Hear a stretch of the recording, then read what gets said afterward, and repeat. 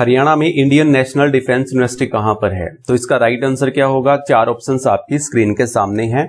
हरियाणा के एग्जाम में काफी सारी यूनिवर्सिटीज के बारे में क्वेश्चन पूछ लिए जाते हैं, तो इसके बारे में बताइए आप हमें। इंडियन नेशनल डिफेंस यूनिवर्सिटी के बारे में कहां पर है? गैस कीजिएगा 2-4 सेकंड के लिए, उसके बाद मैं इसका आंसर बता दूंगा आपको। आई थिंक आपने गैस भी कर लिया होगा। इसका राइट आंसर जो होगा वो गुरुग्राम होगा। क्या होगा? गुरुग्राम में इंडियन नेशनल डिफेंस यूनिवर्सिटी है।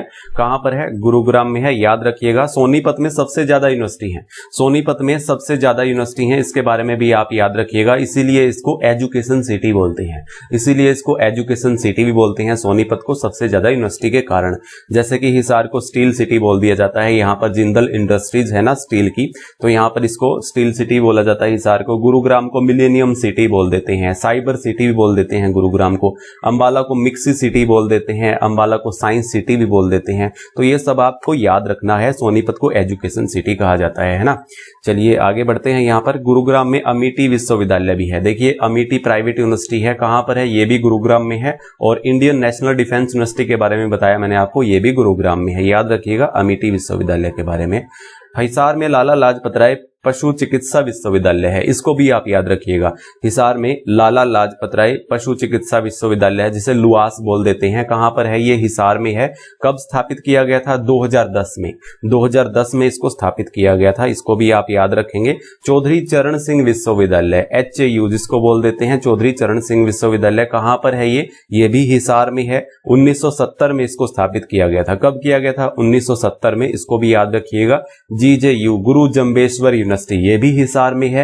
1995 में, 1995 में इसको स्थापित किया गया था, है ना। तीनों हिसार वाली यूनिवर्सिटीज के बारे में आप ध्यान में रखिएगा। लाला लाजपत राय पशु चिकित्सा विश्वविद्यालय 2010 में, चौधरी चरण सिंह विश्वविद्यालय 1970 में, GJU आपकी 1995 में, है ना। सब हिसार में है ये। और अंबाला में महर्षि मार्कंडेश्वर विश्वविद्यालय, जो कि पहली प्राइवेट यूनिवर्सिटी थी हमारे हरियाणा की, स्वपोषित निजी यूनिवर्सिटी जिसको बोल देते हैं। अपने आप से पैसा लगाकर इसने अपनी ये यूनिवर्सिटी बनाई है, महर्षि मार्कंडेश्वर यूनिवर्सिटी, MMU जिसको बोल देते हैं। 2009 में इसको स्थापित किया गया था। कब किया गया था? 2009 में इसको स्थापित किया गया था। तो काफी सारे क्वेश्चंस हमें यहां से देखने को मिले हैं इस एक क्वेश्चंस के माध्यम से। सब के सब आपको याद होने चाहिए। स्क्रीनशॉट ले लीजिएगा या फिर किसी कॉपी में नोट कर लीजिएगा, है ना। हरियाणा में इंडियन नेशनल डिफेंस यूनिवर्सिटी मैंने आपको गुरुग्राम बताया। चलिए नेक्स्ट क्वेश्चन है हमारा यहाँ पर, दूसरा क्वेश्चन है, लक्ष्य शोराण किस खेल से संबंधित हैं? लक्ष्य शोराण किस खेल से संबंधित हैं? गैस कीजिएगा 2-4 सेकंड के लिए। इसका राइट आंसर मैं आपको अभी बताता हूं। तो लक्ष्य शोराण के बारे में पूछा है, इसका राइट आंसर जो होगा वो शूटिंग होगा। क्या होगा? शूटिंग से संबंध रखते हैं। देखिए लक्ष्य भेदने में काफी सक्षम है ये, लक्ष्य भेदने में काफी सक्षम है ये, शूटिंग से संबंध रखते हैं। 2018 में हमारे एशियाई खेल हुए थे, तो उसमें इन्होंने 3 पदक जीते थे। 3 पदक कौन से जीते थे? रजत पदक जीते थे 2, और 1 जीता था इसने स्वर्ण पदक। 1 स्वर्ण पदक जीता था और 2 रजत पदक जीते थे, याद रखिएगा, है ना। कुछ शूटिंग से संबंध रखते हैं। चलिए नेक्स्ट क्वेश्चन है हमारा यहाँ पर, हरियाणा का तूफान किसे कहा जाता है? तो हरियाणा का तूफान किसे कहा जाता है, इसका राइट आंसर आपको पता होना चाहिए। काफी सारे क्वेश्चंस मैंने इसमें प्रैक्टिस सेट में पीछे करवा चुका हूं। अगर आपने वो प्रैक्टिस सेट देखे हैं तो इसका आंसर आप जल्दी से गैस कर लोगे, यानी राइट आंसर आपको इसका पता होगा। तो हरियाणा का तूफान किसे कहा जाता है? इसका राइट आंसर क्या होगा? कपिल देव होगा। क्या होगा? कपिल देव होगा। कपिल देव को सभी जानते हैं ना, 1983 में हमारे वर्ल्ड कप जो जिताया था इन्होंने इंडिया के लिए। और नाहर सिंह जो कि हमारे अंतिम शहीद थे 1857 की क्रांति के, हरियाणा से, है ना। हरियाणा से 1857 की क्रांति के अंतिम शहीद थे। कहां से थे ये? फरीदाबाद बल्लभगढ़ से थे, है ना। फरीदाबाद के बल्लभगढ़ से थे। चौधरी देवीलाल, चौधरी देवीलाल को कौन नहीं जानता, बहुत सारे उपनाम है इनके। तो कौन कौन से नाम से इनको जाना जाता है? ताऊ के नाम से जाना जाता है, जननायक के नाम से जाना जाता है, किंग मेकर के नाम से जाना जाता है, किसानों के मसीहा के नाम से इन्हें जाना जाता है। तो काफी सारे इनके नाम है ताऊ देवीलाल के, याद रखिएगा। सोनू निगम गायक है हमारे हरियाणा फरीदाबाद से, है ना। कहां से है? फरीदाबाद से। तो इसका राइट आंसर कपिल देव होगा। चलिए नेक्स्ट क्वेश्चन है हमारे यहाँ पर अगला, रजनीगंधा फूल सबसे ज्यादा कहां पर होते हैं? रजनीगंधा फूल कहां होते हैं? गैस कीजिएगा, इसका राइट आंसर क्या होगा? आई थिंक आपने गैस कर लिया होगा। तो फरीदाबाद में सबसे ज्यादा होते हैं। कहां पर होते हैं? फरीदाबाद में रजनीगंधा सबसे ज्यादा फूल होते हैं। पंचकुला में कहा? पंचकुला में मक्का सबसे ज्यादा होता है। ये क्वेश्चन पूछा जाता है आपसे। पंचकुला में मक्का सबसे ज्यादा होता है। फतेहाबाद में केला सबसे ज्यादा होता है। हमारे हरियाणा में फतेहाबाद में केला सबसे ज्यादा होता है। सिरसा में गेहूं सबसे ज्यादा होती है। कपास सबसे ज्यादा होती है। फल और सब्जियां सबसे ज्यादा होती है। मंझियाना में एक परियोजना है यहाँ पर, वो भी आप याद रखिएगा। सिरसा में है मंझियाना परियोजना, है ना, बागवानी परियोजना से संबंधित है, जो कि वो भी आप याद रखिएगा। जो कि रजनीगंधा फूल सबसे ज्यादा होते हैं, वो कहां पर होते हैं? फरीदाबाद में होते हैं, हमारे हरियाणा में। चलिए नेक्स्ट क्वेश्चन है हमारा यहाँ पर 5वां। जेसी शाह आयोग गठित कब हुआ? इसका राइट आंसर क्या होगा? जेसी शाह आयोग कब गठित हुआ? इसका राइट आंसर आप गैस कीजिएगा, क्या होगा इसका राइट आंसर? जेसी शाह आयोग 23 अप्रैल 1966 को गठित किया गया था। जेसी शाह आयोग में 3 प्रमुख व्यक्ति थे, एस दत्त और एम फिल्म और एक जेसी शाह, जो कि खुद इसके हेड थे इस आयोग के, है ना। जेसी शाह, एम फिलिप और एस दत्त, इन तीनों को याद रखिएगा, पूछा जाता है एग्जाम में। 23 अप्रैल 1966 को यह आयोग गठित हुआ था। इसने अपनी रिपोर्ट जो सौंपी थी वो 31 मई 1966 को सौंपी थी। 31 मई 1966 को सौंपी थी। 1 अक्टूबर 1949 को सच्चर फॉर्मूला आया था। कौन सा सच्चर फॉर्मूला आया था? 29 दिसंबर 1953 को राज्य पुनर्गठन आयोग किया गया था, है ना, गठित किया गया था। 29 दिसंबर 1953 को राज्य पुनर्गठन आयोग गठित किया गया था और उसने अपनी रिपोर्ट 1956 में सौंपी थी, यानी 3 साल बाद। इसको भी आप ध्यान में रखिएगा। तो जेसी शाह आयोग 23 अप्रैल 1966 को गठित किया गया था और इसने अपनी रिपोर्ट 31 मई 1966 को सौंपी थी। चलिए नेक्स्ट क्वेश्चन है हमारा यहाँ पर। रेवाड़ी जिला किस मंडल में आता है? गैस कीजिएगा। आई थिंक आपको पता भी होगा इसका राइट आंसर, पिछली वीडियो में मैं आपको करवा चुका हूं। बताइए इसका राइट आंसर क्या होगा, गैस कीजिएगा। रेवाड़ी जिला जो आता है वो आपका गुरुग्राम मंडल में आता है। किस में आता है? गुरुग्राम मंडल में आता है। एक महेंद्रगढ़ आता है और एक रेवाड़ी आता है ना। गुरुग्राम 3 जिले हैं मंडल में। इस मंडल में गुरुग्राम, महेंद्रगढ़, रेवाड़ी। रोहतक मंडल में रोहतक को मिलाकर के खुद 5 जिले आते हैं, चरखी दादरी, भिवानी, सोनीपत, झज्जर और रोहतक, है ना, याद रखिएगा। फरीदाबाद में 2 आते हैं, पलवल और मेवात, है ना, जिसको नूह बोल देते हैं। हिसार में 4 आते हैं, खुद हिसार हो गया, जींद, फतेहाबाद, सिरसा। तो ये सारे मंडल आपको पता होने चाहिए। चलिए नेक्स्ट क्वेश्चन है हमारा यहाँ पर 7वां। हरियाणा में सबसे लंबी सीमा कौन सा राज्य बनाता है? तो हरियाणा में सबसे लंबी सीमा कौन सा राज्य बनाता है हमारे हरियाणा से? गैस कीजिएगा इसका राइट आंसर क्या होगा। 4 ऑप्शंस आपके स्क्रीन के सामने हैं। तो इसका राइट आंसर जो होगा वो राजस्थान होगा। तो राजस्थान हमारे जो हरियाणा से सबसे लंबी सीमा बनाता है। तो राजस्थान के भी 7 जिले और हरियाणा के भी 7 जिले एक दूसरे को बाउंड्री शेयर करते हैं, याद रखिएगा। इसका राइट आंसर राजस्थान होगा। 1262 किलोमीटर की सबसे लंबी सीमा बनाता है, 1262 किलोमीटर की। और हरियाणा से सबसे कम सीमा यानी कम सीमा वाला राज्य कौन सा है? वो है हमारा उत्तराखंड। उत्तराखंड को याद रखिएगा, हमारे जो यमुनानगर जिले से वो टच करता है, यानी बाउंड्री शेयर करता है 11 किलोमीटर की, केवल मात्र 11 किलोमीटर की उत्तराखंड यमुनानगर से हमारे बाउंड्री शेयर करता है। एक सीमाओं से रिलेटेड मैंने वीडियो भी बनाई हुई है, देखिएगा जरूर। अगर आपने नहीं देखी है तो लिंक मैं नीचे डिस्क्रिप्शन में दे दूंगा, वहां से देख लीजिएगा। तो चलिए नेक्स्ट क्वेश्चन है हमारा यहाँ से 8वां क्वेश्चन है। गुरु तेग बहादुर शहादत देने जब दिल्ली जा रहे थे तो रास्ते में 13 दिन किस पवित्र स्थल पर रुके थे? तो बताइए, गैस कीजिए इसका राइट आंसर क्या होगा। गुरु तेग बहादुर शहादत देने जब दिल्ली जा रहे थे तो रास्ते में 13 दिन रुके थे, तो किस पवित्र स्थल पर रुके थे? तो इसका राइट आंसर आई थिंक आपने गैस कर लिया होगा। तो ऑप्शन सी इसका राइट आंसर होगा, लाखन माजरा गुरुद्वारा में रुके थे। तो कहां पर रुके थे? लाखन माजरा गुरुद्वारा में रुके थे। कहां पर है ये? रोहतक में है। कहां पर है? रोहतक में है। बाकी सब गुरुद्वारे के बारे में मैं आपको बताता हूं। यहाँ पर लखनौर साहिब गुरुद्वारा देखिए, लखनौर साहिब गुरुद्वारा कहां पर है? अंबाला में है। कहां पर है? अंबाला में है। मंजी साहिब गुरुद्वारा कैथल में है, करनाल में है, रोहतक में है। तो तीनों डिस्ट्रिक्ट में ये गुरुद्वारा है, मंजी साहिब गुरुद्वारा। इसके बारे में भी पूछा जाता है आपके एग्जाम में, है ना। लखनौर साहिब मैंने बताया अंबाला में, और लाखन माजरा जो है ये रोहतक में है। और नीम साहिब गुरुद्वारा और एक टोपियों वाला गुरुद्वारा आपका कैथल में है। इसको भी आप याद रखिएगा। नीम साहिब गुरुद्वारा कैथल में, टोपियों वाला गुरुद्वारा कैथल में। एक मैंने गुरुद्वारे के ऊपर एक अच्छी वीडियो बनाई हुई है। सभी जो गुरुद्वारे हैं मैंने आपको एक एक बताए हुए हैं और अच्छे से याद भी करवाए हुए हैं। देखिएगा जरूर, नीचे लिंक डिस्क्रिप्शन में मैं दे दूंगा, वहां से देख लीजिएगा, है ना। तो चलिए आगे बढ़ते हैं अगले क्वेश्चन की ओर। अगला क्वेश्चन है हमारा यहाँ पर, हरियाणा में बाबर का सर्वाधिक विरोध कब हुआ था? हरियाणा में सर्वाधिक बाबर का विरोध जो हुआ था वो कहां पर हुआ था? कैथल रियासत में हुआ था। कहां पर हुआ था? कैथल रियासत में हुआ था 1530 ईस्वी में। कब हुआ था? 1530 ईस्वी में ही इनकी मृत्यु भी हो गई थी बाबर की। तो 1530 में सबसे ज्यादा इनका विरोध हुआ था कैथल रियासत से।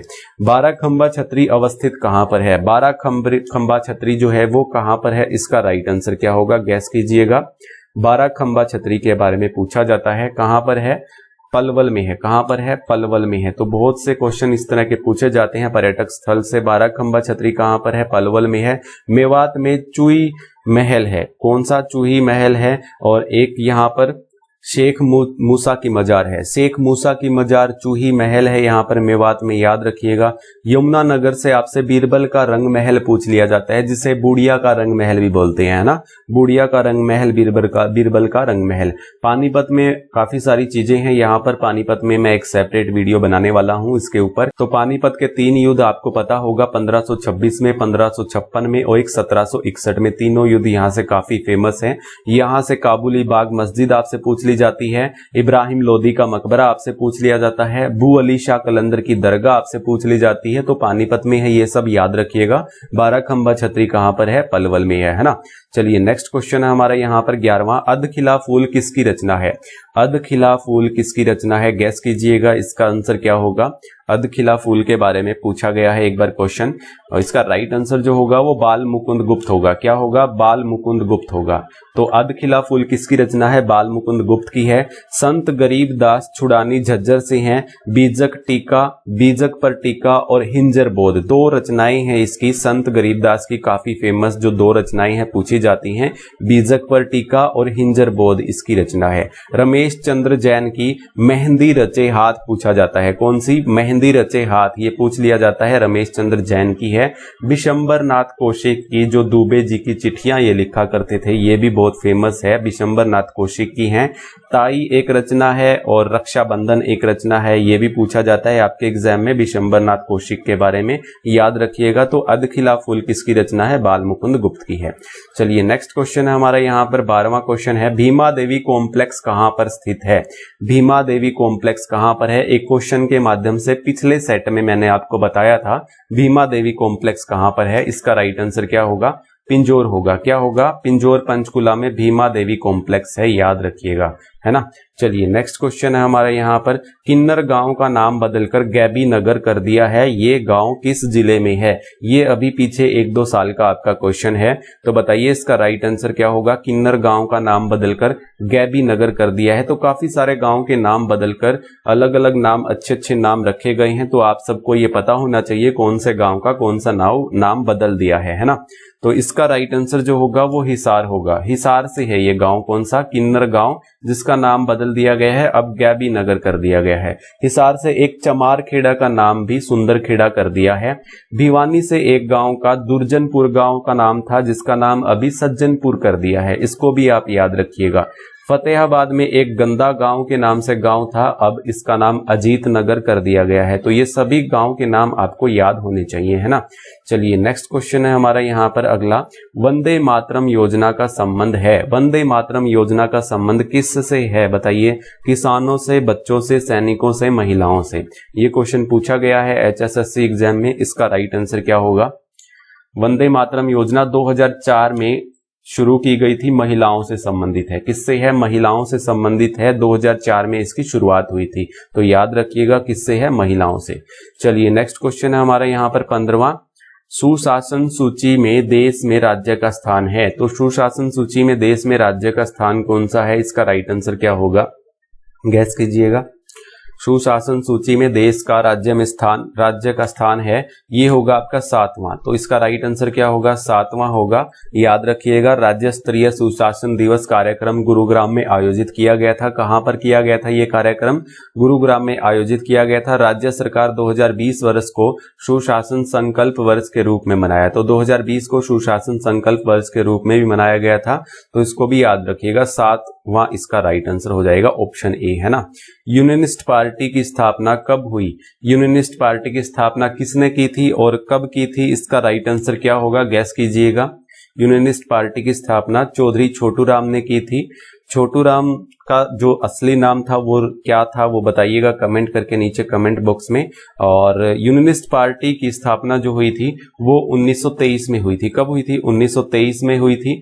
1908 में भाखड़ा डैम प्रोजेक्ट का निर्माण किया गया था, यानी 1908 में भाखड़ा डैम का निर्माण किया गया था। इसके डैम के प्रोजेक्ट के दाता जो कहलाते हैं वो भी चौधरी छोटू राम कहलाते हैं, 1908 में, है ना। 1916 में जाट गजट निकाला था। 1916 में जाट गजट निकाला था चौधरी छोटू राम ने। 1938 में मार्केटिंग बोर्ड की स्थापना की थी, है ना। मार्केटिंग बोर्ड की स्थापना चौधरी छोटू राम ने। तो चौधरी छोटू राम का जो असली नाम है वो आपको नीचे कमेंट बॉक्स में बताना है ना। ये 5 भाइयों में सबसे छोटे थे, इसलिए इनको छोटू छोटू कहकर बोला जाता था। तो इसका जो असली नाम था इनका वो आप हमें कमेंट बॉक्स में बताएंगे। चलिए नेक्स्ट क्वेश्चन है हमारा यहाँ पर 17वां। छछरौली विद्रोह के नेता कौन थे? छछरौली विद्रोह के नेता कौन थे? इसका राइट आंसर क्या होगा बताइए। छछरौली विद्रोह के नेता कौन थे? इसका आंसर गैस कीजिएगा। आई थिंक आपने गैस कर लिया होगा। इसका राइट आंसर होगा जोध सिंह। कौन थे? जोध सिंह छछरौली विद्रोह के नेता थे। कलसिया का विद्रोह इसको बोल देते हैं, छछरौली विद्रोह को कलसिया का विद्रोह। तो जोध सिंह थे। कब हुआ था ये विद्रोह? 1818 में हुआ था। कब हुआ था? 1818 में हुआ था। जाबित खां राणिया के विद्रोह का नेतृत्व किया था। जाबित खां ने राणिया के विद्रोह का नेतृत्व किया था, तो ये भी 1818 में हुआ था। याद रखिएगा, दोनों विद्रोह 1818 में हुए थे। इसका नेतृत्व जो किया था छछरौली विद्रोह का वो जोध सिंह ने किया था। जाबित खां ने राणिया के विद्रोह का नेतृत्व किया था। सूरजमल ने किसानों के विद्रोह का नेतृत्व किया था, है ना। किसानों के विद्रोह का नेतृत्व सूरजमल ने किया था 1824 में। कब किया था? 1824 में। याद रखिएगा, किसानों का विद्रोह कब हुआ था? 1824 में हुआ था। उसका नेतृत्व किसने किया था? सूरजमल ने किया था। प्रताप सिंह ने जींद के विद्रोह का नेतृत्व किया था। कब हुआ था जींद का विद्रोह? 1814 में हुआ था। कब हुआ था? 1814 में जींद का विद्रोह हुआ था, जिसका नेतृत्व प्रताप सिंह ने किया था। याद रखिएगा ये सब के सब। इसका राइट आंसर जो होगा वो क्या होगा? जोध सिंह होगा। चलिए नेक्स्ट क्वेश्चन है। भिवानी टेक्सटाइल मिल की स्थापना हुई थी। भिवानी टेक्सटाइल मिल की स्थापना कब हुई थी? राइट आंसर क्या होगा? गैस कीजिएगा इसका आंसर। तो इसका जो राइट आंसर होगा 1937 होगा, यानी 1937 में भिवानी टेक्सटाइल मिल की स्थापना हुई थी। वस्त्र उद्योग ये जो है, वस्त्र संस्थान जो है ये यहाँ पर भिवानी में 1943 में स्थापित की गई थी। वस्त्र एवं विज्ञान संस्थान जिसको बोल देते हैं, 1943 में, है ना। भिवानी टेक्सटाइल मिल 1937 में। चलिए नेक्स्ट क्वेश्चन है हमारा यहाँ पर। मुझे तो संपूर्ण भारत की भूमि चाहिए, इसका कथन किसका कथन है ये बताइए। गैस कीजिएगा, इसका राइट आंसर क्या होगा। मुझे तो संपूर्ण भारत की भूमि चाहिए, इसका किसका कथन है ये? इसका राइट आंसर क्या होगा? पंडित नेकीराम शर्मा होगा। तो पंडित नेकीराम शर्मा का ये कथन है, मुझे तो संपूर्ण भारत की भूमि चाहिए, है ना। तो इसका राइट आंसर पंडित नेकीराम शर्मा हो जाएगा। नेक्स्ट क्वेश्चन है हमारे यहाँ पर 20वां। मंजीरा नृत्य मुख्यतः कहाँ किया जाता है? मंजीरा नृत्य पर मुख्यतः कहाँ पर किया जाता है? किस डिस्ट्रिक्ट में किया जाता है? गैस कीजिएगा, इसका राइट आंसर क्या होगा। आई थिंक आपने गैस कर लिया होगा। तो ये मेवात में किया जाता है। कहां पर किया जाता है? मेवात में मुख्यतः किया जाता है। इसका राइट आंसर हो जाएगा। चलिए और पढ़ लेते हैं इसके बारे में। देखिए, मंजीरा बड़े बड़े डफ ढोल मंजीरों के साथ किया जाता है। तो बड़े बड़े डफ ढोल मंजीरों के साथ ये मंजीरा नृत्य किया जाता है, जो कि मेवात जिले में प्रमुखतः किया जाता है। फरीदाबाद और पलवल में रास नृत्य प्रमुखतः होता है। फरीदाबाद में और पलवल में प्रमुखतः रास नृत्य किया जाता है। गुरुग्राम में धमाल नृत्य किया जाता है। गुरुग्राम में मुख्यतः धमाल नृत्य किया जाता है, जो कि ये हमारे महाभारत काल से चलता आ रहा है। ये धमाल नृत्य बहुत ही हमारे पुराना, यानी इसको हम प्राचीन नृत्य हम बोल देते हैं। हरियाणा का धमाल नृत्य, है ना। तो इसका राइट आंसर मेवात होगा। चलिए नेक्स्ट क्वेश्चन है हमारा। हरियाणा परिवहन का राष्ट्रीयकरण कब हुआ था? गैस कीजिएगा, इसका राइट आंसर क्या होगा। हरियाणा परिवहन का राष्ट्रीयकरण कब हुआ था? हरियाणा परिवहन का राष्ट्रीयकरण 1972 में हुआ था। कब हुआ था? 1972 में हुआ था। इसका राइट आंसर क्या होगा? ऑप्शन डी होगा। क्या होगा? ऑप्शन डी होगा। 1972 में हरियाणा परिवहन का राष्ट्रीयकरण हुआ था। चलिए नेक्स्ट क्वेश्चन है हमारा यहाँ पर 22वां। हरियाणा केसरी कौन कहलाता है? हरियाणा केसरी कौन कहलाता है? इसका राइट आंसर क्या होगा? हरियाणा केसरी कौन कहलाता है? इसका राइट आंसर गैस करो, क्या होगा? पंडित नेकीराम शर्मा। पंडित नेकीराम शर्मा हरियाणा केसरी कहलाते हैं। तो ये आपको पता होना चाहिए, ये बहुत बार पूछा गया क्वेश्चन है, बहुत ही पॉपुलर क्वेश्चन है। तो आगे हम बढ़ते हैं, इनके बारे में देख लेते हैं। चौधरी छोटू राम के बारे में देखिए। चौधरी छोटू राम को रहबरे आजम, है ना, रहबरे आजम, दीन बंधु, जमींदारों का मसीहा, तो ये सब आपको याद रखना है चौधरी छोटू राम के बारे में। रहबरे आजम, दीन बंधु छोटू राम वो बोला जाता है और जमींदारों का मसीहा भी बोला जाता है।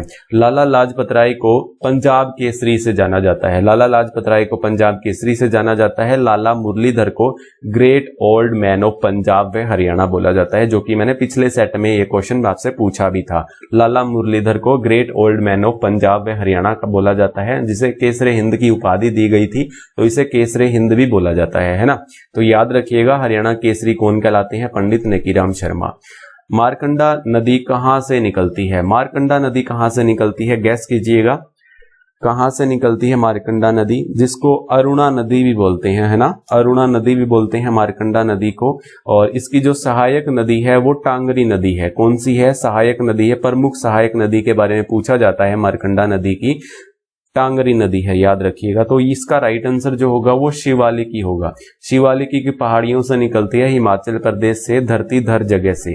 धरतीधर जगह से इसका उद्गम स्थल है, शिवालिकी की पहाड़ियों से, हिमाचल प्रदेश से। तो इसकी जो सहायक नदी मैंने आपको बताई टांगरी नदी, जो कि मोरनी की पहाड़ियों से निकलती है। मोरनी की पहाड़ियों से कौन सी नदी निकलती है? पंचकुला से टांगरी नदी निकलती है। यमुनोत्री से यमुना नदी निकलती है। और अरावली पहाड़ियों से हमारी जो हरियाणा की दक्षिण नदी जो है, जो हमारी इंदौरी नदी है, साहिबी नदी है, तो ये नदियां जो है हमारे दक्षिण की, जो हरियाणा के दक्षिण की हैं, अरावली की पहाड़ियों से निकलती है ना। मारकंडा नदी को अरुणा नदी भी बोलते हैं। तो इसका राइट आंसर शिवालिकी की पहाड़ियां होगा। चलिए नेक्स्ट क्वेश्चन है हमारे यहाँ पर 24वां। एकमात्र केंद्रीय विश्वविद्यालय की स्थापना कब हुई? एकमात्र केंद्रीय विश्वविद्यालय है हमारे हरियाणा में, तो इसकी स्थापना कब हुई थी? इसका राइट आंसर क्या होगा? गैस कीजिएगा। जंतपाली में है। कहां पर है? महेंद्रगढ़ जंतपाली में है एकमात्र केंद्रीय विश्वविद्यालय। 2009 में इसकी स्थापना हुई थी। कब हुई थी? 2009 में इसकी स्थापना हुई थी, याद रखिएगा। जंतपाली महेंद्रगढ़ में है। 1995 में मैंने आपको जीजेयू के बारे में बताया था, जो कि हिसार में है। 1995 में उसकी स्थापना हुई थी। 2003 में मैंने पिछले सेट में आपसे क्वेश्चन पूछा था, चौधरी देवीलाल यूनिवर्सिटी कहां पर है? सिरसा में है, जो कि 2003 में इसको स्थापित किया गया था। कब? 2003 में। 2010 में मैंने आपको बताया था लाला लाजपत राय पशु चिकित्सा विश्वविद्यालय के बारे में, यह भी हिसार में है। और गुरु जम्बेश्वर विश्वविद्यालय भी हिसार में है। तो याद रखिएगा, लाला लाजपत राय लुवास 2010 में स्थापित की गई थी। CDLU 2003 में स्थापित की गई थी। जंतपाली में जो महेंद्रगढ़ में एकमात्र विश्वविद्यालय जो कि केंद्रीय विश्वविद्यालय है, ये 2009 में स्थापित किया गया है ना। चलिए नेक्स्ट क्वेश्चन है हमारा यहाँ। सबसे कम दिनों के कार्यकाल के मुख्यमंत्री कौन थे? इसका आंसर गैस कीजिएगा, क्या होगा? सबसे कम कार्यकाल के मुख्यमंत्री कौन थे? आई थिंक आपने गैस कर लिया होगा, OP चौटाला, ओम प्रकाश चौटाला थे। इनका 5 दिन का कार्यकाल रहा था, 5 दिन का। और ये सबसे अधिक बार मुख्यमंत्री भी रहे हैं, 5 बार ही मुख्यमंत्री रहे हैं। और इन्हीं में से एक कार्यकाल इनका 5 दिन का था, यानी सबसे कम कार्यकाल था इनका 5 दिन का, याद रखिएगा। हुकुम सिंह के बारे में भी आप जानते होंगे, गुरुनाम आयोग गठित किया था, जो कि जाटों को आरक्षण दिलाने के लिए 1991 में, 1991 में इसने गुरुनाम आयोग गठित किया था हुकुम सिंह ने। राव वीरेंद्र सिंह, ये हमारे दूसरे मुख्यमंत्री रहे थे। और ये हमारे पहले विधानसभा अध्यक्ष भी रहे थे, पुरुषों में, है ना। तो पुरुषों में ये पहले विधानसभा अध्यक्ष रहे थे। विधानसभा अध्यक्ष के तौर पर इनका मात्र 16 दिन का कार्यकाल था, मात्र 16 दिन का। सबसे कम कार्यकाल के ये हमारे विधानसभा अध्यक्ष रहे थे, इसके बारे में भी आपको पता होना चाहिए। ओम प्रकाश वर्मा जो थे, ये हमारे सबसे कम कार्यकाल के 5 दिन के राज्यपाल रहे थे। 5 ही दिन के राज्यपाल ओम प्रकाश वर्मा थे और 5 दिन के कार्यकाल के ओम प्रकाश चौटाला मुख्यमंत्री थे, है ना। राज्यपाल भी 5 दिन के थे सबसे कम के, और मुख्यमंत्री भी सबसे कम 5 दिन के थे। तो ये सब आपको पता होना चाहिए। ये थे हमारे 25 क्वेश्चन। वीडियो अच्छी लगी है तो लाइक जरूर करके जाइएगा, और अभी तक आपने हमारे चैनल को सब्सक्राइब नहीं किया है तो सब्सक्राइब भी जरूर कर लीजिएगा, और बेल आइकन बटन को भी प्रेस कीजिएगा ताकि आने वाली नोटिफिकेशन प्रैक्टिस सेट का आपको टाइम टू टाइम पता चलता रहे। तो अब मिलते हैं नेक्स्ट प्रैक्टिस सेट में, तब तक के लिए जय हिंद, जय भारत।